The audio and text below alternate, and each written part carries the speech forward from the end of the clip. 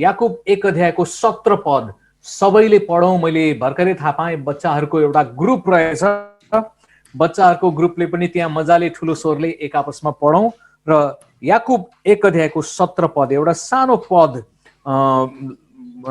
बाट म सुरु गर्न चाहन्छु। धेरै कुरा नगरौँ र मलाई लाग्छ अरूहरूबाट पनि हामीले सिक्न बुझ्न त्यो कुराहरू गर्न सक्छौँ। याकुब 1 को 17 पद 16 र 17 पढ्दिउँ है त। ए मेरा प्यारा भाइ हो, धोकामा नर। हरेक असल दान र हरेक सिद्ध वरदान स्वर्गबाटको हो। यो वरदान ज्योतिका पिताबाट आउँछ। बदली रहने छाए जस्तो उहाँमा कुनै हेरफेर हुँदैन।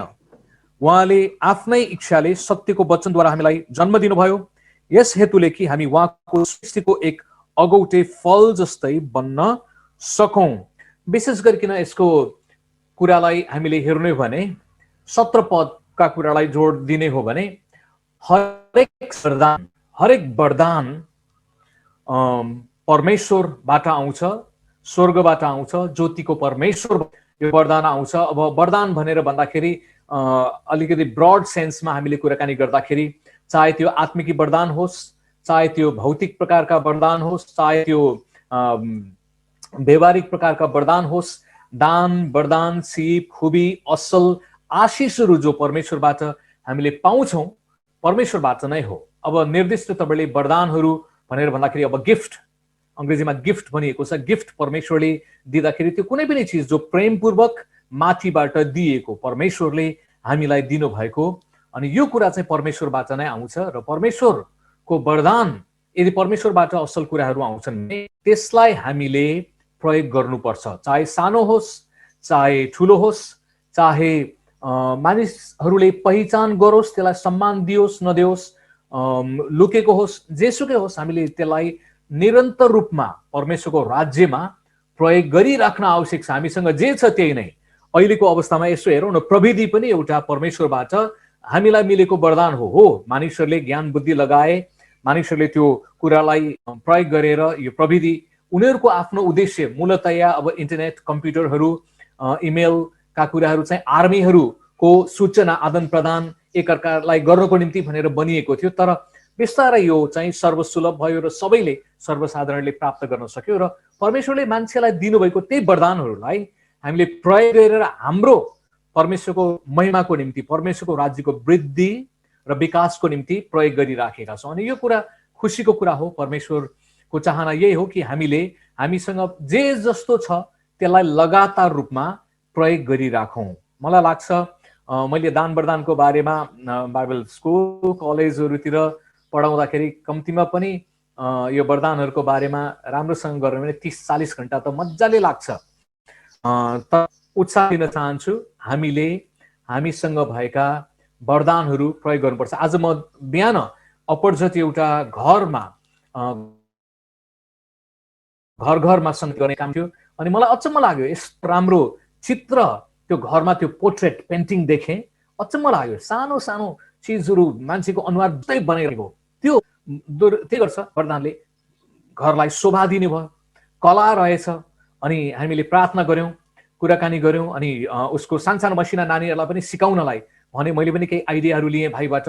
अनि त्यो चाहे व्यवहारिक प्रकारको देखियोस्, चाहे जेसुकै होस्, हामीले प्रयोग गर्नुपर्छ र एकअर्कालाई उत्साह दिनुपर्छ र लगातार रूपमा यो उत्साहले चाहिँ उत्साह नै जन्माउँछ। अनि यसरी नै परमेश्वरको राज्यको वृद्धि र विकासमा सानो सानो हाम्रा कदमहरूले नै परमेश्वरको महिमा गर्न सक्छ र आनन्द खुसी दिन सक्छ। त्यसैले म तपाईँलाई उत्साह दिन चाहन्छु।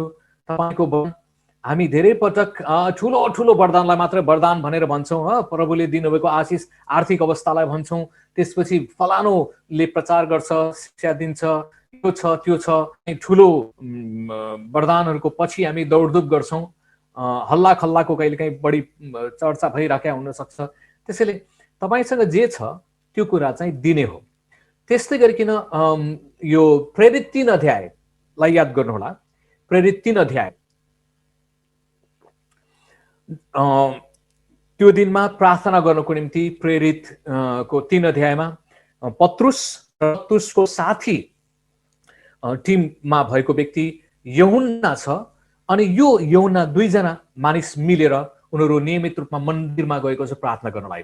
तपाईलाई एउटा जानकारी दिउँ, रोचक कुरा, त्यो आश्चर्य कर्म भन्दा अगाडि टिममा परमेश्वरले त्यो पत्रुस र यूहन्नाको टिमलाई तपाईले हेर्नु हो भने मानवीय स्वभावले भने एउटा बाघ जस्तो स्वभावको हो पत्रुस।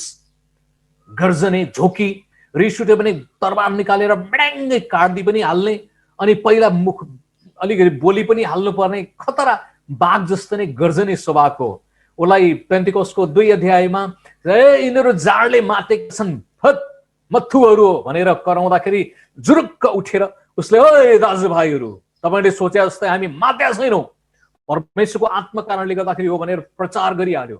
ऊ चाहिँ अलिकति नाकको टुप्पामै रिस भएको भन्छ नि, एक प्रकारले आत्मिकी तपाईले उसलाई धर्मी रिस भनौँ, धर्मी रिस चाहिँ देखाइहाल्ने प्रकारको मान्छे झोकेर ऊ चाहिँ होइन, तपाईँले उनीहरूको मूर्खतासँग अज्ञानतासँग रिस उठ्यो झोकेर बोलेर उसले बोल्ने स्वभाव छ।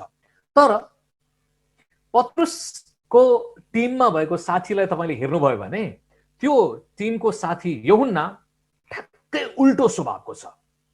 ऊ चाहिँ भेडा जस्तै हो, थुमा जस्तै हो, चुपचाप बस्ने, धेरै नबोल्ने, दिमाग खियाउने, लेख्नु पर्यो भने लेखिदिने है, एकदमै अब ऊ अलिकति इमोसनल टाइपको मान्छे, सुन्न रुचाउने, बोल्न कम्ती गर्ने, धेरै सोच्ने, उसको मनभित्र एकदमै धेरै कुराहरू छ। अनि त्यही कारणले गर्दाखेरि यो पत्रुस, याकुब, यूहन्ना तीनजना येशूको नजिकको सर्कलको थियो नि, येशूको छातीमै लागेर सुतिराख्ने, ढल्किराख्ने, एक प्रकारको बच्चा जस्तो लाडे प्यार पाउन खोजेको जस्तो। अनि यसो कल्पना गर्दाखेरि ठुलै मान्छे पनि येशूको छेउ छातीमा ढल्केर बस्ने भने भन्दाखेरि अलिकति कता कता यो इमोसनल्ली वुन्डेड टाइपको जस्तो पनि देखिन्छ, साह्रै रुन्चे पिन्चे पाराको, रोइहाल्ने खालको जस्तो देखिन्छ। अर्थात् यसो भनौँ पत्रुस बाघ जस्तो, या यो यूहन्ना चाहिँ थुमा जस्तो। परमेश्वरको राज्यमा त्यही लेख्या नि, थुमा र ऊहरू मिल्छ भनेर कहिलेकाहीँ हामीले आत्मिक तपाईँले स्वर्ग देशमा त त्यो मिल्ला परमेश्वरको उसमा हुँदा, तर यही संसारमा पनि थुमा स्वभावको र बाघ स्वभावको टिम भएको छ। परमेश्वरले हामीलाई कहिलेकाहीँ हामीभन्दा विपरीत विचारका मानिसहरू पनि दिनुहुन्छ अनि त्यो कारणले गर्दाखेरि हाम्रो टिममा ब्यालेन्स चाहिँ आउँछ। एकजना मान्छे बढी कराउने अर्को पनि कराउने भयो भने त्यो कुरा बिग्रिन सक्छ। त्यसैले हामीलाई परमेश्वरले टिममा राख्नुहुन्छ, त्यो पनि एउटा आशिष हो। मान्छेहरू, तपाईँको परिवारको सदस्य, तपाईँको बुवा आमा होला, इष्टमित्र, त्यो पनि परमेश्वरले दिनुभएको वरदान हो। अङ्ग्रेजीमा भन्ने भने चाहिँ गिफ्ट हो, उपहार हो। अब हामीले वरदान भनेर भन्दाखेरि चाहिँ सिप, खुबी, क्षमता भन्ने हिसाबले मात्र बुझे हुन्छौँ। त्यसैले प्रभुले दिनुभएको त्यो परिवार, त्यसैले हामीले एकअर्काको कुरालाई सुन्नुपर्छ। हाम्रो आफ्नै हिसाबले मात्र जाँदाखेरि कहिलेकाहीँ गडबड हुनसक्छ। त्यसैले साथीभाइहरूले ल है अलिकति चाहिँ भनेर भनिदिने मान्छेहरू पनि भयो भने हामीले अलिकति मुखमा पट्टी पनि लगाउन सक्छौँ वा छुर्पी चपाएर ल तिमी बोल भन्ने मौका पनि दिन सक्छौँ। त्यो पनि गर्न आवश्यक छ। कहिलेकाहीँ हाम्रो आफ्नो विचारले मात्रै डाङडुङ्गै जाँदाखेरि समस्या हुन सक्छ। अनि मलाई त भन्न मन लाग्छ, कहिलेकाहीँ म पत्रुस स्वभावको मान्छे पनि हुँ। मलाई मूर्खतासँग रिस उठ्छ, प्रत्येक कुरा बोल्नुपर्छ, थर्मो गाली गर्नु मन लाग्छ मलाई। अनि तर मैले मेरो रिसलाई चाहिँ अलिकति नियन्त्रण गरेर त्यो कहिलेकाहीँ चाइनिज मुभीहरूमा हाँसलाई पौडी खेल्न पठाइन्छ अनि त्यसले माछा पक्रिन्छ। माछा पक्रिँदाखेरि त्यसको यहाँ अलिकति बाँधिएको हुन्छ, यदि बाँधिएन भने त्यसले त्यो माछा पुरै खाइदिन्छ, मालिकलाई ल्याएर दिँदैन। नलिनुहोस् भनेर मालिकहरूले चाहिँ ठ्याक्कै यसरी घाँटीमा ठ्याक्क अड्किन्छ र मालिकले त्यो माछा पाउन सक्छ। कहिलेकाहीँ हाम्रो मुखमा, मेरो मुखमा पनि महला मैले लगाएको छु। एउटा मान्छे एउटा कुरा इन्टरभ्यू एउटा चिज त्यसले अर्कै प्रकारले मलाई के भने चुप लाग्यो म, तर मैले किताब लेखिरहेको छु, बसिरहेको छु, प्रार्थनामा राखेको छु। एक दिन समय आउला र त्यो गिफ्टलाई, मेरो लेखेको त्यो तोहफा नेपाली समाजको लागि दिन पाउँछु होला भन्ने मलाई आशा लागेको छ। तर अहिले मैले दिएँ भने त्यसले आगो बाल्छ, सम्पूर्ण क्रिस्चियनहरूलाई मेरो कारणले समस्या हुन सक्छ। त्यसैले मैले मेरो स्वतन्त्रतालाई प्रयोग गरेका छैन। साथीभाइहरूले पनि त्यही भन्नुभयो, सुखदेव तपाईँ अलिक चुप लाग्नुहोस् भन्नुभयो। मैले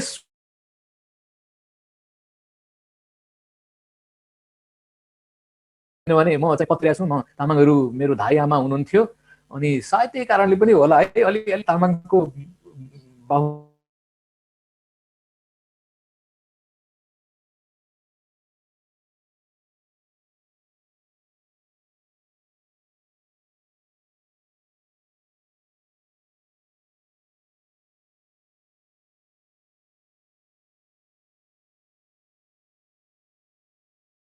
छैन, तिमीले पैसाको अपेक्षा गरे होला बाबु, हेर, तर मसँग छैन, तर मसँग जे छ त्यो चिज म तिमीलाई दिन्छु। पत्रुससँग के कुरा थियो? चङ्गाईको वरदान थियो। पत्रुससँग के कुरा थियो? येशू हुनुहुन्थ्यो। पत्रुससँग येशूको वचन थियो। अनि एउटा प्रचारकको रूपमा, एउटा सेवकको रूपमा हामीले संसारलाई दिन सक्ने कुरा त परमेश्वरको वचन हो, जीवित परमेश्वरको वचन, येशू पवित्र नाउँ। यो नाउँ हामीले पस्कन्छौँ अनि उहाँले दिनुभएका चङ्गाईको वरदान होला, वा कसैसँग अगमबाडी होला, कसैसँग गीत होला, भजन होला, हामी मण्डलीलाई वा संसारलाई दिन्छौँ र त्यसले गर्दाखेरि तिनीहरूले आशिष पाउँछन्। पत्रुसले त्यही नै भन्यो। उसले आफ्नो विश्वासलाई क्रियाशील बनायो। क्रियाशील विश्वास, विश्वास मात्र भएर भएन, क्रियाशील विश्वास। अनि त्यो भनेपछि नासरतको येशू ख्रीष्टको नाउँमा हिँड भन्दाखेरि ऊ उठ्यो, हिँड्यो र त्यहाँ आश्चर्य कर्म भयो। उसको वरदानले के गर्यो? मण्डली गर्यो र मण्डलीको विकास गर्यो, दुवै कुरा। त्यसैले परमेश्वरले दिनुभएका दान वरदानहरूद्वारा परमेश्वरको राज्यको वृद्धि र विकास,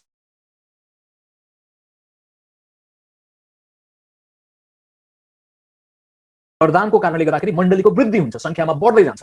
तर अगमवक्ताको सेवाको कारणले गर्दाखेरि, शिक्षकको सेवाको कारणले गर्दाखेरि विकास हुन्छ।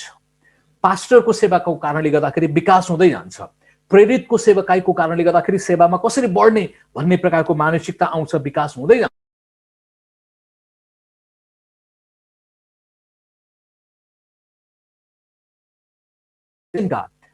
वरदान भएका मानिसहरूले गर्ने गल्ती नेपाली समाजमा र संसारभरि गर्ने एउटा गल्ती के हो भने, प्रभुले मलाई विशेष चुन्नु भएको छ, म विशिष्ट जन हुँ, त्यसैले अरूको कुरा सुन्नेवाला म छैन, अपुन बोलेगा, अपुन करेगा। अनि यो मानसिकताले बिगार्न सक्छ। त्यही कारणले गर्दाखेरि परमेश्वरले हामीलाई टिममा राख्नु भएको छ नि, परिवार मण्डलीमा एउटै प्रकारको मान्छे मात्र छैन, बेग्ला बेग्लै हुन्छन्। परिवारमा एउटै मात्र हुँदैन, बेग्ला बेग्लै हुन्छन्। र विशेष गरिकन यदि हामीले बोलेका, हामीले गरेका प्रस्तावले समाजलाई साँच्चै नै तनाव लिएर आउँछ भन्ने कुरा लाग्छ र साथीभाइहरूले ए भाइ नगर है, यसलाई चाहिँ संशोधन गरौँ है, यसलाई चाहिँ अलिक कुरौँ है भनेर भन्यो भने कुर्दाखेरि राम्रो हुन्छ। गाह्रो पर्छ। मलाई मेरो किताब चाहिँ ड्याङडुङ्गे निकालेर 1 लाख कपी आगो बाल्ने हिसाबले गरौँ, वार्की पार गरौँ जस्तो लाग्छ नि। तर मैले मेरो जोस, लाटो जोसलाई त्यो बत्तिसमा दिने यूहन्नाको शैलीलाई अहिले पनि प्रयोग गर्न थाले भने पुरा बवाल हुन सक्छ। मलाई मात्र होइन, क्रिस्चियन जगतलाई नै ठुलो ह्याम्पर हुन सक्छ। किनभने नेपालीमै उखान छ, मूर्खसँग दैव पनि डराउँछ अरे भनेपछि 2-3% बदमास नियतका अलिकति फेनाटिकल माइन्ड भएका मान्छेहरूले के गर्यो भने त बवाल हुन सक्छ। त्यो कारणले गर्दाखेरि चुप लागेर बस्ने, प्रार्थना गर्ने, लेखिराख्ने अनि प्रभुको समयमा सायद त्यसलाई कसरी गर्ने भन्ने कुरा अगाडि बढाउन सकिन्छ। त्यसैले हामीले एकअर्काको कुरालाई सुन्दै बढ्नु राम्रो हुन सक्छ। मन नपरे पनि कहिलेकाहीँ ती कुराहरू सुन्नु राम्रो हुन सक्छ। र हामीलाई अर्को कुरा, सबै किसिमको वरदानहरू चाहिन्छ है। वरदानकै विषयमा कुराकानी गर्ने भने एफिसी 4 अध्यायको 11 र 12 पद मा सुजा मगर बहिनी क्या मजाले बसिया देखिया छु, तपाईले पढ्दिन सक्छ त? सन्जु मगर सकिन्छ? एफिसी 4 अध्यायको 11 र 12 पद। मैले यही टिचिङको सिरिज चाहिँ हाम्रो हरेक शनिबार बेलुका एनसीएफएन, यो राष्ट्रिय के अरे क्रिस्चियन पुरानो एनसीएफ भनिन्छ, त्यो सँगको जुममा क्लास गरिरहेको छु। 8 बजेदेखि 9:30 बजेसम्म हुन्छ। यसको सिरिजमा गएको 4 हप्ता बोलिसकेँ, आज पनि बोल्दैछु। इभान्जलिस्ट, गिफ्ट अफ इभान्जलिजमको बारेमा, इभान्जलिस्टको बारेमा श्रृङ्खला छ र येशूका 7 महत्त्वपूर्ण भनाइहरू, म हुँ भन्ने भनाइहरूको बारेमा हेरिराखेका थियौँ।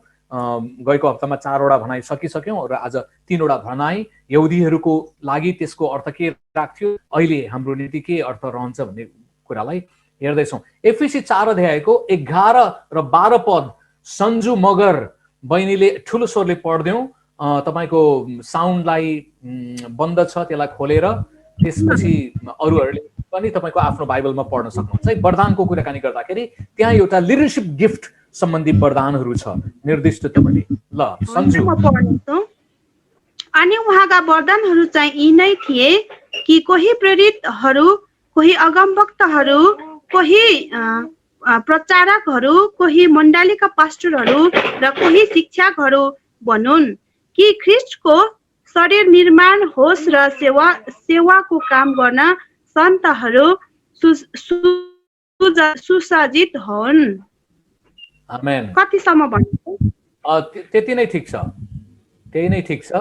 हामीलाई बाइबलले बताउँछ कि परमेश्वरले त्यो चर्चलाई हाँक्नको निम्ति वा क्रिस्चियन सङ्घ संस्थालाई दिशा निर्देश गर्नको निम्ति, अब साधारण भाषामा भन्यो भने, प्लेनको भाषामा भन्यो भने पाइलट भनौँ, पाइलटले प्लेनलाई हाँक्ने काम गर्नुहुन्छ, प्लेनको क्याप्टेन पाइलट, वा ड्राइभर भनौँ, हामी धेरै जसो चढिराखेको ड्राइभर भनौँ, वा म्यानेजमेन्टको भाषामा भन्यो भने म्यानेजर भनौँ, म्यानेजमेन्ट डाइरेक्टर, म्यानेजमेन्टको गर्ने व्यक्तिहरू भनौँ। परमेश्वरले उहाँको मण्डलीमा यो 5 किसिमका अगुवाहरूलाई वरदान दिनुभएको छ, वा तिनीहरू पनि वरदानको रूपमा, गिफ्टको रूपमा चर्चलाई परमेश्वरले दिनुभएको छ। प्रेरितहरू छन्, प्रेरितहरू जसले मण्डली सुरु गर्छन्, एक थरीको प्रेरितहरू। अर्को थरीको प्रेरितहरू जसले बाइबल स्कुल, तालिम केन्द्र, सङ्घ संस्थाहरू सुरु गर्छन् र मानिसहरूलाई तालिम दिएर सुसज्जित बनाएर उनीहरूलाई इम्पावर गरेर परमेश्वरको सेवामा, राज्य वृद्धि र विकासको निम्ति पठाउँछन्। एक थरीको प्रेरितहरू परमेश्वरको राज्यभित्र बलियो बनाउने, एक थरी परमेश्वरको राज्य बाहिर गएर मण्डली स्थापना गर्ने। बत्तीसमा हामीले पावललाई हेर्नु भने परमेश्वरको राज्य भन्दा बाहिर, यहुदी भन्दा बाहिर गएर उसले प्रेरितको सेवकाई गरेको छ, र पत्रुसलाई हामीले हेर्नु भने उसले चाहिँ यहुदीहरूको बीचमा सेवकाई गरेको छ। अहिलेको अवस्थामा हामीले हेर्नु भने सङ्घ संस्था खोल्नेहरू, चर्चमा तालिम दिनेहरू, चर्चलाई बलियो बनाउने एक थरीका व्यक्तिहरू हुन्छन्, र अर्को चाहिँ मण्डली स्थापना गर्ने। जहाँ मण्डली नै छैन, जुन गाउँले, जुन देशले, ठाउँले सुनेको छैन, तिनीहरूलाई प्रभुको राज्यमा लिएर आउने चर्च प्लान्टर्सहरू भनेर भन्न सक्छौँ। अर्को पर्यायवाची शब्द मिसनरी पनि भएको छ। त्यसैले त्यो वरदान छ एउटा, बुढी औँलाको रूपमा हामीले चिन्न सकौँला। अर्को अगमवक्ता छ, परमेश्वरको मन र हृदयमा भएको सन्देश उसले भन्ने काम गर्छ। अब यो छोटो समयमा मैले धेरै कुरा बताउन सक्दिनँ। तपाईँले मेरो आफ्नै युट्युबमा र सुखदेव गिरी टिचेस भनेर मेरो टक्सो फर्मेटमा, इन्टरभ्यू फर्मेटमा तपाईँले फोर मिनिस्ट्रीको बारेमा डिप टिचिङ पाउन सक्नुहुन्छ। सायद किङडम टिभीमा होला, कुमार सिंह विष्टको च्यानलमा गएर हेर्नुभयो भने त्यहाँ पनि छ। पास्टर मङ्गलसँग मेरो इन्टरभ्यू फर्मेटमा चाहिँ झन्डै 1 घण्टाको कम्प्याक्टमा यो 5-4 मिनिस्ट्रीको हाइलाइट मात्र गरेको छु। त्यो पनि हाम्रो गुड न्युज एफएममा होला सायद, ठ्याक्कै निश्चित भएन, त्यसमा तपाईँले चेक गर्न सक्नुहुन्छ।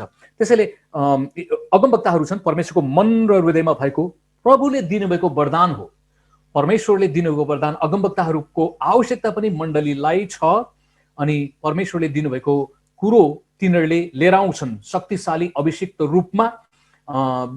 यो प्रभुको आशिष हो, परमेश्वरले मण्डलीलाई दिनुभएको उपहार, आशिषको रूपमा। हामीलाई अगमवक्ताहरू पनि चाहिन्छ, प्रेरित पनि चाहिन्छ।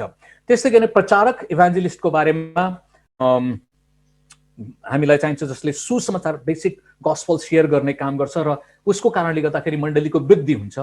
हामीलाई अर्को पास्टर थाहा छ, पास्टरको बारेमा टन्नै थाहा छ, मैले धेरै कुरा भन्नु पर्दैन। दुःखको कुरा, अधिकांश मण्डली, नेपालको मण्डलीलाई लिडरसिप, चर्चको लिडरसिप गिफ्टको बारेमा कुराकानी गर्दाखेरि यो 5वटा औँलाहरूमध्ये एउटा पास्टरको बारेमा मात्रै बढी थाहा छ।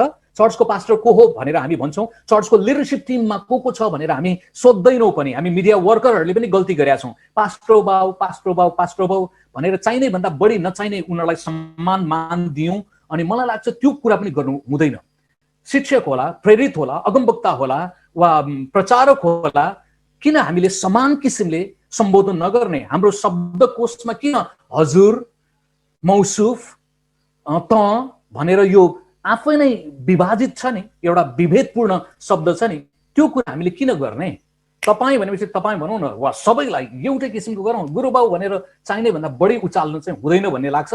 अनि हामीले नै कहिलेकाहीँ जानेर नजानेर गुरुबा गुरुबा भनेर मताएका छौँ। अनि 22 वर्षको जवान मान्छेलाई पनि गुरुबा अरे, बिहे गरेका छैन उसलाई पनि गुरुबा अरे, 80-90 वर्षकोलाई पनि गुरुबा अरे, कता कता व्यावहारिकता देखिँदैन। भाइ भनौँ, दाइ भनौँ, अङ्कल भनौँ, काका भनौँ न, यो पारिवारिक सम्बन्धमुखी शब्द हामीले चलाउन किन मानेनौँ? हामीलाई किन पदमुखी मानसिकता भयो? त्यसैले मलाई लाग्छ यो पदमुखी मानसिकतामा हामी गयौँ भने भोलिपर्सि नेपालको चर्चमा पोप सिस्टम, पास्टरलाई हग्नलाई मुत्नलाई पनि सोध्नुपर्ने अवस्था आउन सक्छ। बिहा गर्नलाई मलाई नसोधिकिन तैँले किन बुढी छानिस, किन बुढा छानिस भनेर भनिदिने अवस्था आउन सक्छ। खोक्न पनि पास्टरलाई नसोधिकिन त्यो नपाउने अवस्था आउन सक्छ। किन? हामी विश्वासीले पनि चाहिने भन्दा बढी तिनीहरूलाई मान दिनु हुँदैन। तिनीहरू सेवक हो, तिनीहरूलाई चाहिँदो आदर गर भनेको छ, तर पास्टरलाई मात्र होइन। हामी विश्वासीहरू यति बिग्रिया छौँ, एल्डरले आएर प्रार्थना गरिदिँदाखेरि हामीलाई चित्त बुझ्दैन, पास्टरले नै हात राख्नुपर्छ। कहाँ गयो हाम्रो मानसिकता? विश्वासीहरूले एकअर्कालाई प्रार्थना गरिदेऊ भनेर सिकायौँ भने कति मान्छेहरू है मलाई त पास्टरले प्रार्थना नै गरिदिएन। त्यो बामपुड्के मानसिकता नेपाली चर्चमा छ। त्यसैले त्यो बामपुड्के सोच विचारलाई बलियो बनाउनको निम्ति हामीलाई अगमवक्ताहरू चाहियो, जसले डरोसँग परमेश्वरको वचनले यो भन्छ, त्यसैले यहाँ सुधार हुनु पर्यो, तेरो बामपुड्केपनाबाट बच, उठ भनेर त्यसले डोज लिएर आउने काम गर्छ। सुधारका कुराहरू है। मार्टिन लुथर एकजना शक्तिशाली अगमवक्ता हो। उनले 500 वर्ष अगाडि क्याथोलिक चर्चमा सुधारको आवाज लिएर आयो। अनि कहिलेकाहीँ यस्ता अगमवक्ताहरूलाई समाजले मन पराउँदैन। शैतानको छाउरो भनेर उनलाई गाली गरियो, मार्ने प्रयास गर्यो, भूत बोल्या हो तँसँग, परमेश्वर होइन पनि भन्यो। तर पनि उसले परमेश्वरको सत्य कुरालाई बोलिराख्यो, टिमसँग पनि बताइराख्यो र अन्ततः सत्यको जित भयो। सत्यमेव जयते भनेर संस्कृतमा भनिन्छ। अनि सत्यलाई उचालिराख्यो र सत्यको जित भयो। र प्रोटेस्टेन्ट चर्च जो अहिले हामी यो चर्चका सदस्यहरू भएका छौँ, क्याथोलिकहरू त्यही मरियमको पूजा, मूर्ति पूजा, धूप बाल्ने कुराहरूमा मरियमसँग प्रार्थना गरेर स्वर्गमा उसले लगिदिन्छ भन्ने त्यही पुरानो सोचलाई उनीहरू कोही समूह चाहिँ अझै पनि लागिराखेका छन्। त्यसैले सत्य बोल्ने अगमवक्ताहरू चाहिन्छ। त्यो परमेश्वरको वरदान हो। होला कडा बोल्ला, कोही कसैको शैली बत्तिसमा दिने यौनाको शैली हुन सक्छ, ओइ पश्चाताप गर, सर्पका बच्चाहरू भनेर चिल्लाउँछन्, कराउँछन्, त्यस्तो पनि चाहिन्छ, त्यो पनि वरदान हो। तर चाहिँ नाथान जस्तो क्रिएटिभ हुन सक्छ। नाथानले पनि तितो सत्य त बोलेको छ नि। राजा दाउदले व्यभिचार गरेको छ, अर्काको स्वास्नीलाई त्यसले राम्रो लाग्यो भनेपछि ल्याइदिइहाल्यो। अनि अगमवक्ताले त थाहा पायो हृदयमा यो त गडबड छ, अब के गर्ने? उसले दिमाग लगाए, कलात्मक उसले कथा बताइदियो। सरकार यस्तो थियो, यस्तो यस्तो भयो, एउटा धनी मान्छेले यो यो चिज गर्यो अनि गरिबको चाहिँ पाठी लगेर काटेर खायो। दाउदलाई झोक चल्यो, को हो त्यो, त्यसलाई न्याय गर्नुपर्छ। दाउदलाई नाथानले मुसुक्का हाँसेर, त्यो व्यक्ति वास्तवमा तपाईँ हो नि, तपाईँले जे गर्नुभयो त्यो उरियाको पत्नीलाई, बेत्सेबालाई, त्यो चिज तपाईँको। ऊ सक भयो र उसले रमाइलोसँग क्रिएटिभली स्टोरी बनाएर उसलाई त्यो सत्य कुरा बताइदियो र उसले त्यसलाई स्वीकार गर्यो। कसैलाई कडा हिसाबले चाहिन्छ, विशेष गरिकन बामपुड्के स्वभावका मान्छेहरूलाई कहिलेकाहीँ दरो डोज नै चाहिन्छ। कहिलेकाहीँ अब सिक्न चाहने, सुन्न चाहने मान्छेलाई मिलाएर सफ्टली हँसाई छक्क दिनु पर्यो। अब बच्चाहरूलाई कहिलेकाहीँ हामीले औषधि खुवाउँदाखेरि कडासँग खुवाउँछौँ, कहिलेकाहीँ हँसाइ ककले पापुरे पापुरे भन्दै स्वाटै त्यो एन्टिबायोटिक पेटभित्र छिरिसकेका हुन्छ नि, त्यही तरिका हो। त्यसैले विभिन्न तरिका चाहिन्छ। परमेश्वरले दिनुभएको वरदान हो। अगमवक्ताहरू छन्, प्रचारकहरू छन्, पास्टर छन्, शिक्षक छन्। शिक्षकको आवश्यकता छ र मण्डलीमा परमेश्वरले यी दिनहरूमा यो 5 फोल्ड मिनिस्ट्री जो सेवाका 5 वरदानहरू एकदमै बढाउँदै हुनुहुन्छ। अबको समयमा मण्डलीले यो कुरा बुझ्न सकेन भने, ठुलो मण्डली अगुवाहरूले बुझ्न सकेन भने चर्चमा ठुलो कन्फ्लिक्ट आउन सक्छ। परमेश्वरले जगाउँदै हुनुहुन्छ, तर बिचमा फेरि झुटा यो 5 फोल्डलाई ड्यामेज गर्न खोज्ने स्पिरिटले पनि काम गरिरहेछ। त्यसैले हामीले त्यो कुरा पनि चिन्न बुझ्न आवश्यक छ। र मैले चाहिँ के भन्छु भने, तपाईँले मेजर कुरामा फोकस गरेर जानुपर्छ र मेजरलाई तपाईँले माइनर बनाउनुहुन्न, माइनरलाई पनि मेजर बनाउनुहुन्न। कहिलेकाहीँ तपाईँको मूल उद्देश्यमा तपाईँ लागिराख्नुपर्छ। सानोतिनो माइनर कुराहरूले हामीलाई मुख्य लक्ष्यमा पुग्नलाई बाधा दिन सक्छ। त्यो कारणले गर्दाखेरि कहिलेकाहीँ वेट एन्ड सी, कहिलेकाहीँ त्यसलाई समयमा राख्ने र आफ्नो समयमा लिएर आउने कुरा पनि गर्न आवश्यक छ। त्यो एउटा वरदान प्रभुले एफिसी 4:11 र 12 पद अनुसार पनि दिनुहुन्छ। सबै वरदान परमेश्वरबाट हो। अब त्यो वरदानको विषयमा एउटा थरीको सोचाइ के छ भने हैन, अगमवक्ताको जमाना गयो, प्रेरितको जमाना गयो, अब त पास्टर मात्रै हो भन्ने एउटा समूह पनि छ। अनि यो सोचाइ चाहिँ वास्तवमा कन्स्टेन्टिन पोलमा जब यो रोमी सम्राट नै पहिलो यो 312 कतातिर उनी राजा नै विश्वासमा आए, उनले आफूलाई म पहिलो बिशप हो, अब मण्डलीको पनि म राजा पनि हो, सम्राट पनि हो, म बिशप पनि हो भनेर बिशप घोषणा गरिदियो। एउटा भौतिक जगतको मान्छेले म बिशप हुँ, चर्चको धर्मगुरु हुँ भनेर कन्ट्रोलिङ स्पिरिट रोमबाट सुरु भयो। पछि समय बित्दै जाँदाखेरि पापासीको चलन आयो अनि पोपहरूले अब फेरि अलिअलि भएका कुरालाई नै पोपले चाहिँ म हुँ, के को शिक्षक चाहियो, के को प्रेरित चाहियो, के को अगमवक्ता चाहियो, सबै मै हुँ, अब चुपलाग तिमीहरू, मुख बन्द गरिदिने काम चाहिँ पोप सिस्टमबाट भयो। करिब करिब 1000 वर्षभन्दा बढी उनीहरूले त्यो सिस्टमलाई मारिदियो पोपले।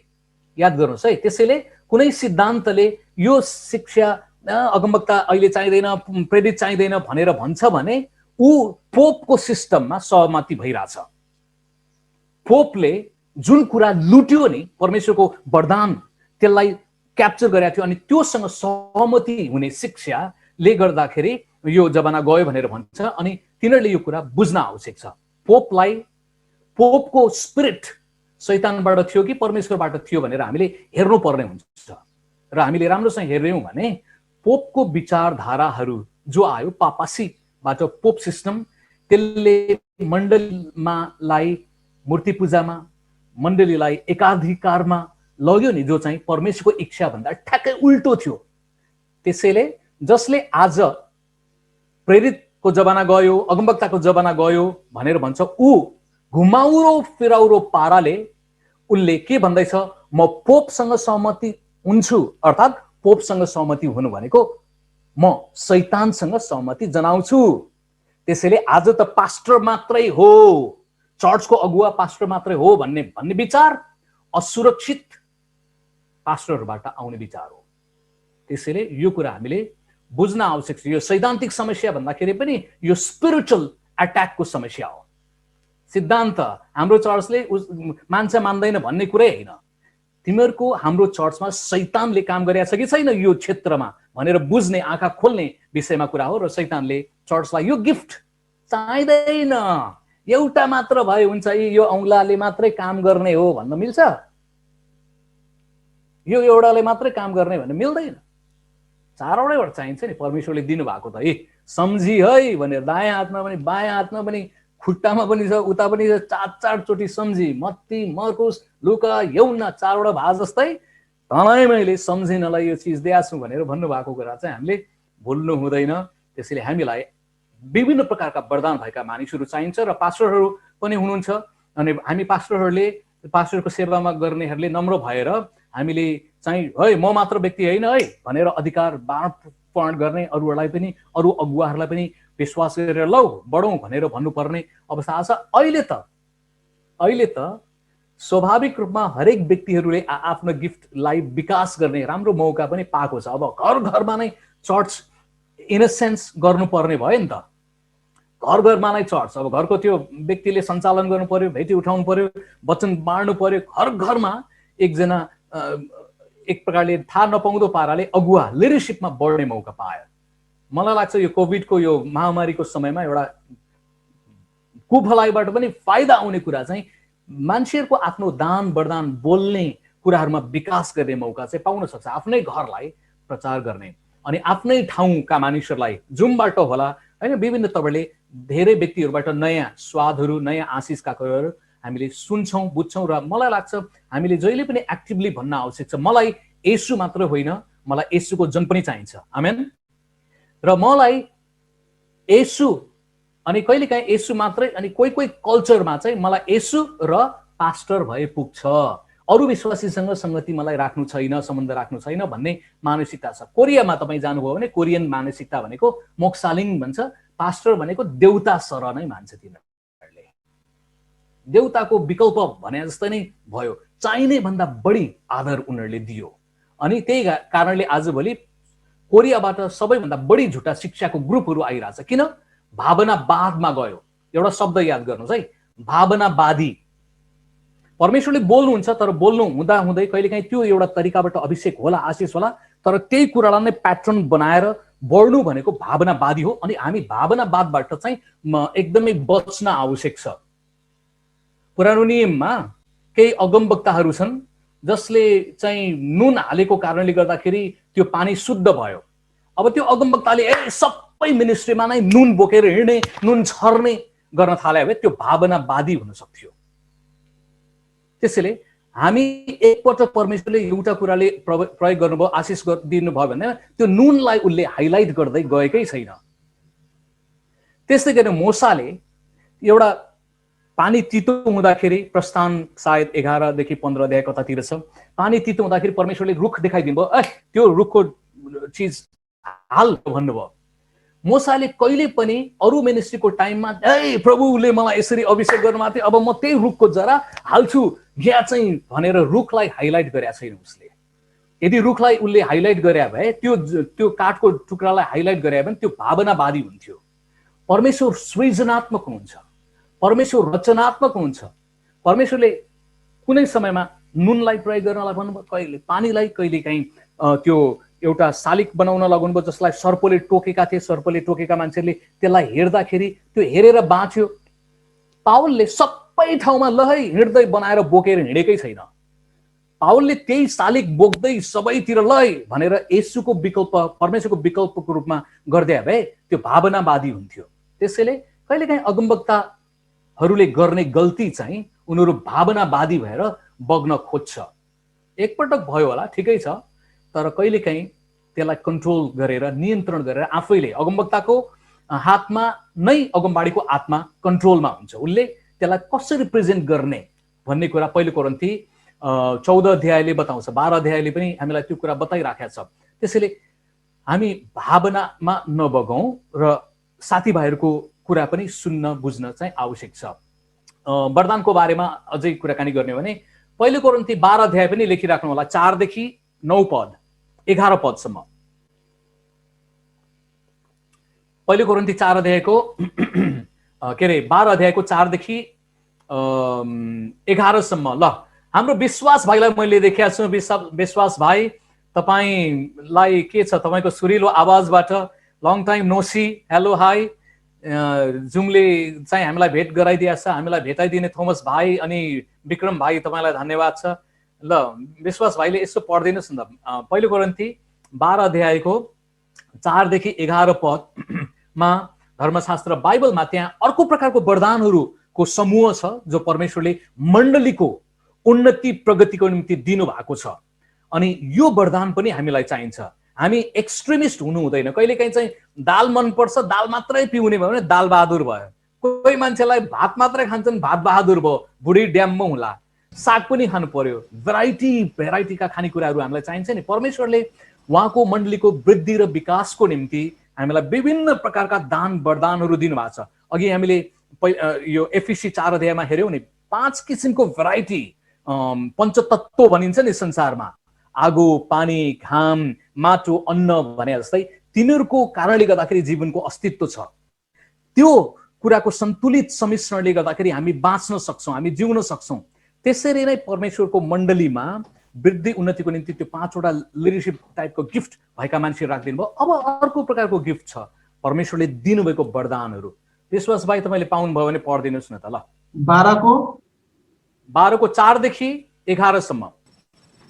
कसैले आश्चर्य कामहरू गर्ने, कसैले अगमबानी बोल्ने, कसैले आत्मा छुट्याउन सक्ने, कसैले भिन्न भिन्न किसिमका भाषाहरू बोल्ने, कसैलाई चाहिँ ती भाषाहरूको अर्थ खोलिदिने, तर ती सबै उनै एक पवित्र आत्माको कामहरू हुन्। उहाँले हरेकलाई उहाँको इच्छा अनुसार वरदान दिनुहुन्छ। आमेन। परमेश्वरले मण्डलीको विकासको लागि, मण्डलीका कति यो वरदान दिनुभएको छ तिनीहरूले पाउन सक्छन् र उनीहरूले खुसी साथ तुलना नगरिकन जे छ त्यसमा सन्तुष्ट भएर प्रयोग गर्नुपर्छ। त्यसमा आशिष छ, त्यसले आफ्नो व्यक्तिगत उद्धार पनि हुन्छ, सुधार पनि हुन्छ। व्यक्तिगत तवरले कतिपय समस्याबाट उसले विजय पाउन सक्छ। त्यही वरदान प्रयोग गरेको कारणले गर्दाखेरि उसको विजय अरूको विजय पनि बन्न सक्छ, अरूलाई त्यसले आशिष लिएर आउन सक्छ। अनि वरदानहरू चाहिँ त्यसले हामीलाई विजय दिन सक्छ। वरदानहरूको प्रयोगले आर्थिक, सामाजिक, मानसिक विभिन्न प्रकारको उन्नति लिएर आउन सक्छ। त्यसैले कुनै पनि वरदानलाई हामीमा भएको सिप, खुबी, तोडाहरूलाई अन्डर एस्टिमेट गर्नु हुँदैन है। जे छ त्यही नै प्रयोग गरिराख्ने। दाउदले गोलियातलाई केबाट जित्या हो? तरबारले, भालाले, बन्दुक हानेर जित्या हो त होइन। उसले जितेको कसरी भन्दाखेरि उसँग एउटा सिप थियो, घुइत्रो हान्ने सिप थियो, खुबी थियो, जसलाई आत्मिक तवरले हामीले वरदान भनेर पनि भनौँ। उसको त्यही सिप थियो नि त। त्यही सिपलाई उसले प्रयोग गर्यो र त्यहीबाट उसले विजय हासिल गर्यो। अनि राजाको चिज लगाएर जानलाई उसलाई भनिएको थियो, लुगा लगायो, उसको सामानहरू बोक्यो, तर आफ्नो कुराले विजय प्राप्त गर्ने हो। अर्काको अभिषेकको नक्कल गरेर हुँदैन। आज पनि धेरै नक्कली मान्छेहरू, नक्कल गर्न खोज्ने मान्छेहरू, आफ्नो क्रिएटिभिटी भन्ने कुरा नै छैन। एक समय नेपाल चाहिँ नक्कल गर्नलाई सिपालु इन्डियाबाट प्रभावित।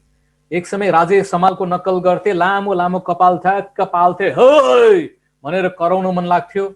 अनि चर्चमा पनि त्यस्तै त्यस्तै प्रकारका मान्छेहरू छन्। कोही बेनीहिनलाई हेर्छन्, बेनीहिन जस्तै लुगा खोलेर भाङ भुङ फाल्ने मान्छेहरू छन्। कोही चाहिँ राइनहोल बङ्कीलाई पछ्याउन चाहनेहरू, अर्काको नक्कल गर्ने, अर्काको अभिषेकलाई सिको गरेर गर्न चाहने, लडाउनु पर्ने। आफ्नो चिज जे छ त्यही कुरालाई प्रयोग गर न भा। त्यो पो ओरिजिनल कुरा भयो नि। रामकृष्णले जस्तै गरेर गाउँछु भन्यो भने त रामकृष्ण छँदैछ नि। आफ्नो स्टाइलले गाउँ न। त्यसैले आफ्नो स्टाइलले कहिलेकाहीँ गर्नु एउटा कुरा हो, रमाइलो चिज हो, तर नक्कल गर्नु पनि हुँदैन। हामीलाई परमेश्वरले जे दिनु भएको छ त्यसलाई खुसी साथ प्रयोग गर्ने हो है। गाउनेले गाउने हो, बजाउनेले बजाउने हो, अनि नाच्नेले नाच्ने हो। जे छ खुसी साथ तुलना नगरिकन रमाइलो प्रकारले आफ्नो स्टाइलमा गर्ने। तपाईँले अरूसँग तुलना गर्न थाल्यो भने तपाईँ जीवनमा सबसे दुखी मान्छे। तपाईँ चिहानमा पुग्ने बेलामा पनि भनेर न्याउरो झ्याउरो उसमा पुगिरह हुन्छ। कहिले तपाईँको सपनाहरू त्यसले मारिदिन सक्छ। तुलना गर्ने होइन। मसँग जे छ, पत्रुसले भने जस्तै, म तिमीलाई दिन्छु। मसँग जे छ म मण्डलीको निम्ति, परमेश्वरको राज्यको निम्ति प्रयोग गर्छु भनेर भन्ने। तुलना गर्ने होइन। अनि कहिलेकाहीँ मान्छेले चाहिँ ओइ तैँले गरे भएन, त्यो गरेर भन्ला, त्यो कुरा भन्न सक्छ। अनि उनीहरूलाई भन्ने, ए बाबु म तिमी होइन, मलाई परमेश्वरले मै बनाउनु भएको छ, त अब के गर्ने। ठिक छ, सुधार गर्न सकिन्छ भने कोसिस गर्ने कतिपय कुराहरूलाई। तर आफ्नो एउटा प्रकृतिलाई चेन्ज गरेर अर्को जस्तो बनेर गर्नु पनि मजा होला। चटकेहरूलाई चटक देखाउनलाई मजा होला, ड्रामा कमेडी गर्नलाई मजा होला, क्यारिकेचर गर्नलाई। परमेश्वरको राज्यमा अरूको जस्तै नक्कल गरेर, अरूको अभिषेक लिएर बोकेर हिँडेर हुँदैन। त्यसैले आफ्नो आशिष प्रभुले जे दिनुभएको छ त्यही कुरालाई लिने। प्रभु म तपाईँकै महिमाको निम्ति चलाउँछु, तपाईँले मलाई आशिष दिनुहोस् भनेर भन्ने हो है। तुलना गर्नु हुँदैन र हामीले अर्कालाई बरु उत्साह चाहिँ दिनुपर्छ। बरु यो चाहिँ गर्दाखेरि यस्तो हुन्थ्यो कि भनेर सल्लाह सुझाव दिँदाखेरि राम्रै हुन सक्छ। अर्को प्रकारको वरदानको झुण्ड पनि छ। हामीलाई आत्मिक वरदान पनि चाहिन्छ, हामीलाई सेवाका 5 पत्रे वरदान पनि चाहियो, अगुवापनको। र अर्को प्रकारको एउटा वरदानको बारेमा पनि बाइबलले कुराकानी गर्छ।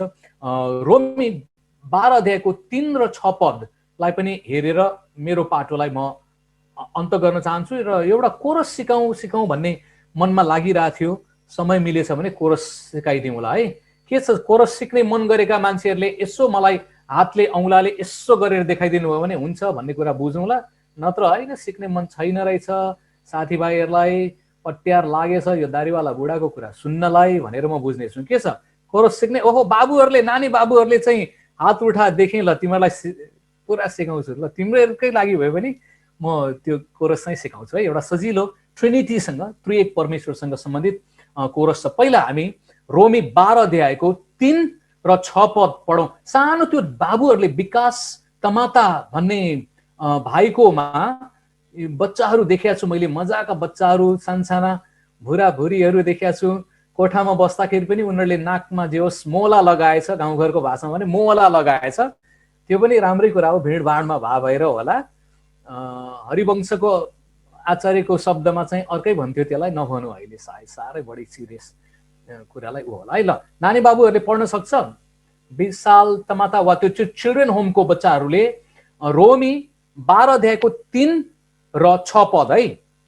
3 पद पहिला अनि 6 पद पछि सँगसँगै। ल नानी बाबुहरूले पढ्ने अनि हामी अरूहरूले चाहिँ सुन्नेछौँ। ल ल बाबुहरू सँगसँगै पढ, 1 2 3। विशाल तमाता तपाईकोमा देखेको छु, तपाईको हो, गुड।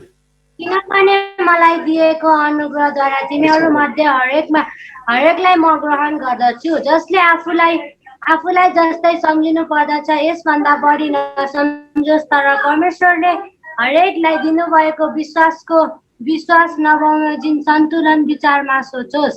6 हामीलाई दिएको अनुग्रह अनुसार अलग अलग वरदानहरू हामी प्रयोग गरौँ। अगमबाडीहरूको हो भने विश्वासको परिमाण अनुसार। आमेन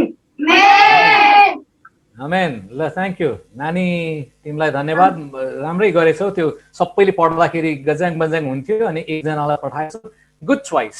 एकजनालाई पठाएको मैले चाहिँ जोसले भनिदिइहालेँ सबै मिलेर पढ भनेर। बुढाहरूकोमा जोस कहिलेकाहीँ नफैरहेको हुन्छ नि है, होस्टमा ल जोस ल्याएँ, होस चाहिँ त्यहाँबाट आयो, गुड। ल बच्चाहरूलाई मैले त्यो चिल्ड्रेन होमको ग्रुपलाई लाइक दिएँ है, 10,000 लाइक भनेर सम्झिनु यसलाई चाहिँ अङ्कलजीको है। ओके, बाइबलले हामीलाई के बताउँछ त्यो खण्डमा चाहिँ अनुग्रहको वरदान भनेर वरदानको झुण्डहरू छ। त्यसलाई चाहिँ व्यवहारिक प्रकारको जगतको लागि संसारमा रहँदाखेरि विभिन्न प्रकारका सिप खुबी कला कौशलका प्रभुले वरदानहरू दिनुहुन्छ, त्यसलाई अनुग्रहको वरदान भनेर भन्छौँ। अनि कसैसँग अनुग्रहको वरदान होला, कसैसँग आत्माका वरदानहरू होलान्, आत्मिकी अलौकिक वरदानहरू, कसैसँग सेवाका वरदान होला। र वरदान विहीन मान्छे संसारमा कोही पनि छैन, एकजना पनि जन्मेकै छैन, त्यो जन्मिँदैन। हरेक व्यक्तिसँग केही न केही वरदान हुन्छ। यदि मैले तोडाको उखान मत्ती 25 अध्यायको 14 देखि 31 सम्म तपाईले तोडाको उखानमा पछि हेर्न सक्नुहुन्छ। मत्ती 25 अध्यायको 14 देखि 31 सम्म येशू प्रभुले एउटा तोडाको उखान भन्नुभएको छ। एउटा साउले वा महाजनले परदेश जान खोज्दाखेरि जानुभन्दा अगाडि 3 किसिमको नोकरलाई, एकजनालाई 5 तोडा दियो, अर्कोलाई 2 तोडा दियो, अर्कोलाई 1 तोडा दियो। त्यसलाई हामीले यसरी पनि हेर्न सक्छौँ, 3 प्रकारका नोकरहरूलाई सबैलाई केही न केही दिएको थियो। कसैलाई 5 वटा छ, कसैलाई एफिसी 4 अध्यायको 11 र 12 पद अनुसारको यो 5 वटा प्रकारको वरदानमा पर्न जाला। कसैलाई त्यो मध्ये एउटा होला, कसैलाई 5 वटा वरदान पनि हुन सक्छ। पावल मल्टी गिफ्टेड मान्छे थियो, येशू प्रभु आफैमा 5 वटा वरदान उहाँले चलाउनु भएको थियो। संसारमा कतिपय मान्छेहरू मल्टी गिफ्टेड, बहुमुखी प्रतिभाका धनी हुन्छन्, धेरै गिफ्टहरू हुन सक्छ, अलराउन्डर टाइपका व्यक्ति हुन सक्छन्। ठिक छ, परमेश्वरले उसलाई त्यो दिनुहुन्छ, उसले त्यो परमेश्वरको महिमाको निम्ति चलाउनु पर्ने हो। कसैलाई चाहिँ 2टा हुन सक्ला, वा एफिसी 4 अध्यायको 11 अनुसार पनि होला। कसैलाई यो पहिलो कोरिन्थी 12 अध्यायको आत्माका वरदानहरू मध्ये 1-2 वटा होला, वा कसैलाई एउटै मात्र, त्यो तेस्रो नोकरलाई एउटै मात्र मिलेको छ। शून्य मिलेको कसैलाई पनि छैन, सबैले केही न केही पाएको छ। त्यसले संसारमा आमाको कोखबाट जन्मेका हरेक मान्छेहरू जसकोमा केही न केही सिप खुबी वरदान परमेश्वरले दिनुभएको आशिष छ उसले नबुझे मात्रै हो। त्यसलाई बुझेर हामीले चलाउन सिक्नुपर्छ है, चलाउने।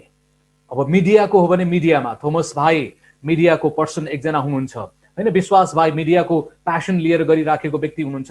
अनि तपाईको विक्रम भाइको कुरा बस्दाखेरि प्रेयर टावर मिनिस्ट्रीको कुराकानी, चिल्ड्रेन होमको कुरा, त्यो पनि एउटा विभिन्न प्रकारको वरदान हो। गीत गाउने, अघि हाम्रो बुटोलको नानीहरूले सम्झना नानीहरूले अगुवाई गर्दै थियो, सबैसँग वरदान हुन्छ। कसैकोमा अन्तर्विन्ती होला, कसैकोमा सेवा गर्ने होला, कसैले मिठो पकाउने होला, कसैले व्यापार गर्ने होला, धन सम्पत्ति कमाउने र धन कमाएर परमेश्वरको राज्यमा लगानी गर्ने, धनले सेवा गर्ने मान्छेहरू पनि हुन्छन्। अब हामी सेवकहरूले यो शब्द पनि भन्नुपर्छ। सेवा गर्नु भनेको पास्टर बन्नु मात्रै होइन। आमेन। धेरै पटक हाम्रोमा विचार के भइसक्यो भने सेवा गर्नु भनेको पास्टर बन्नु, चर्च खोल्नु, अनि चर्च खोल्ने भनेपछि के हुन्छ? चर्च भएको चर्चलाई पनि फुटाइदिने अनि पास्टर बन्ने, चर्च खोल्ने। जहाँ चर्च छ त्यही नै चर्च खोलिरहेछ। हाम्रो सिकाइ पनि बेठिक छ। सेवा गर्नु भनेको के हो भनेर सही तवरले हामीले सिकाउनु पर्छ। सेवा गर्नु भनेको के हो? परमेश्वरको आज्ञा पालन गर्नु, परमेश्वरले दिनुभएको दान वरदानहरूलाई प्रयोग गर्नु, हामी जहाँ छौँ त्यही बसेर परमेश्वरको महिमाको निम्ति ती कुरालाई प्रयोग गर्नु। त्यो परमेश्वरको इच्छा हो। हरेक व्यक्तिलाई पास्टर हुनलाई बोलाइएको छैन, हरेक व्यक्ति अगमवक्ता हुनुपर्छ भन्ने छैन, शिक्षक हुनको निम्ति सबै बोलाइएका छैन, प्रचारक हुनको निम्ति पनि होइन।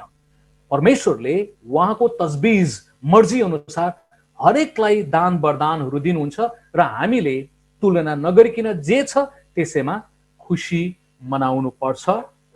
काग कहिलेकाहीँ काग चाहिँ चिलसँग उड्या देख्नु भएको छ तपाईँहरूले? काग चाहिँ खुइ चिलसँग उड्छ नि, एकछिन त रमाइलो होला, सक्छ, तर त्यसलाई रिङ्गटा लाग्छ नि ब्राङ्गै आएर कतातिर बजारिन्छ। त्यसैले बाइबलले हामीलाई बताउँछ तँलाई जो दिएको छ त्योभन्दा बढी नसम्झी, आफूसँग भएको कुरामा सन्तुष्ट हो र यसरी त बढ्दै जा, प्रभुको महिमा गर भन्ने कुरा चाहिँ बाइबलले बताउँछ। त्यसैले मैले आज अनप्लान्ड नोटहरू बिना तपाईलाई झन्डै झन्डै दान वरदानको बारेमा उत्साह दिएँ। पहिलो पदमा फेरि म जोड्न चाहन्छु, याकुब 1 अध्यायको 17 पदबाट हामीले सुरु गरेका थियौँ। सबै असल दान परमेश्वरबाट आउँछ, परमेश्वरको पिताबाट, ज्योतिको परमेश्वरबाट। त्यसैले हामीसँग भएका राम्रा कुराहरूलाई हामीले प्रयोग गर्नुपर्छ परमेश्वरको राज्यको वृद्धि र विकासको निम्ति, परमेश्वरको महिमाको निम्ति। अनि यी वरदानहरूले कहिलेकाहीँ प्रयोग गर्दा मानव जातिलाई पनि भलाइ हुन्छ। जस्तै विशाल तमाता भाइकोमा मैले देख्दैछु, उहाँले आफूमा भएको दया, अलिकति बोल्न सक्ने क्षमता, कम्युनिकेसन स्किललाई प्रयोग गर्नुभयो र चिल्ड्रेन होम सुरु भएको छ र ती बालबालिकाहरूले घाँस बाँस कपास शिक्षा दीक्षा पाएका छन्। केही सिपहरू पनि सिक्दै होलान् भन्ने म आशा गर्छु र उनीहरूको जीवन राम्रो भयो नि। एकजना व्यक्तिले आफ्नो दान वरदान प्रयोग गर्दाखेरि धेरैलाई फाइदा हुन सक्छ। दाउदले घुएत्रो हानेर घुएत्रोद्वारा विजय गर्यो। सारा इजरायलीहरूले हे हिप हिप हुर्रे यो जित कसको भनेर, भुराभुरीहरूले हाम्रो भनेर गीत गाउने व्यक्तिहरू थियो होला नि त, फुटबलको भाषामा भन्यो भने। त्यसैले एकजना व्यक्ति जसले विश्वासयोग्य भएर प्रभुले दिनुभएको वरदानलाई प्रयोग गर्छ भने त्यसले आफूमा पनि जित ल्यायो, उन्नति प्रगति ल्यायो र मण्डलीमा र सारा संसारमा पनि आनन्द उमङ्ग लिएर आउन सक्छ। हामीले तुलना गर्नु हुँदैन। चार्ली च्याप्लिनको बारेमा हामी सबैले सुनेका छौँ। चार्ली च्याप्लिन गरिब मान्छे, उसको आमाले राम्रो गीत गाउँथ्यो स्टेजमा। एक दिन आमाले गीत गाउँदा गाउँदै नोट चिप्लियो, के अफ भयो, अनि 4-5 वर्षको फुच्चे च्याप्लिन गएर आमाको माइक्रोफोन लियो। आमालाई लाज भइरहेको थियो, ला मैले बिगारेँ भनेर। अनि च्याप्लिन गएर आमाको माइक्रोफोन लियो। सब मान्छेहरूले अब स्टेजमा त्यो बच्चालाई हेर्न थाल्यो। अनि त्यो बच्चाले आमाले जुन गीत गायो र जसरी बिगार्यो, जहाँ बिगार्यो त्यसरी नै क्यारिकेचर गाएर गाइदियो। भनेपछि आमा त निराश थियो, बेखुसी थियो। स्टेजमा सब मान्छेहरू दुखी पनि थियो, यसले बिगार्यो भनेर। तर अब त्यो बेखुसी खुसी आनन्द उमङ्गमा परिवर्तन भयो। त्यो बच्चाले मजाक दिलाइदियो, मजाक गरिदियो, रमाइलो गरिदियो। आमा पनि हाँस्न थाल्यो, वाउ मेरो जस्तै यसले गर्छ भने मलाई थाहै थिएन, सरप्राइज भयो। र त्यसपछि क्यारिकेचर कमेडीको किङ बन्यो र आज संसारमा त्यो गरिब फुच्चेलाई संसारले फलो गरेको छ। नेपालका जति पनि जोकर भनौँ वा कमेडियनहरू भनौँ, संसारियनको एउटा स्रोत व्यक्ति भने चार्ली च्याप्लिन हो। चार्ली च्याप्लिन संसारमा हिट कसरी भयो, उसले गरिबीलाई कसरी जित्यो, आफूमा भएको वरदानलाई प्रयोग गरेर हो। त्यसैले तपाईँसँग जे छ, मसँग जे छ, त्यसलाई लगातार प्रयोग गरिराखौँ। तुरुन्तै हामीले त्यसको फल नदेखाउँला, तर ढिलो छिटो हामीले देख्छौँ। आमेन। ल अब गीत सुन्नलाई तयारी भए जस्तो लाग्यो तपाईँहरू? हो, गीत सुन्ने हो, सिक्ने? पहिला शब्द लेखेको राम्रो होला है।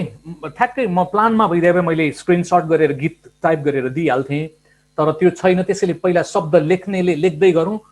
लेख्यो गीत सिक्नलाई सबैभन्दा राम्रो तरिका भने त शब्द चाहिन्छ, शब्द लेख्ने।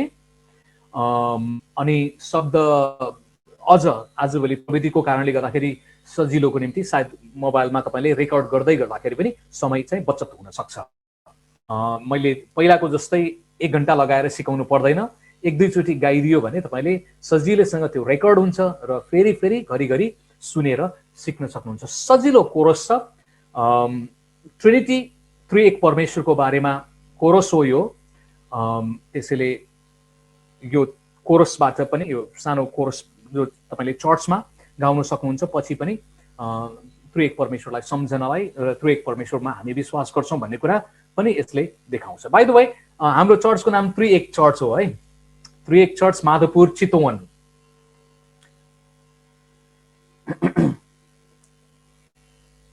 ल, मैले अब सुरु गरेँ है त। शब्द येशुलाई महिमा होस्, पितालाई प्रशंसा, आत्मालाई धन्यवाद होस्, हालेलुया।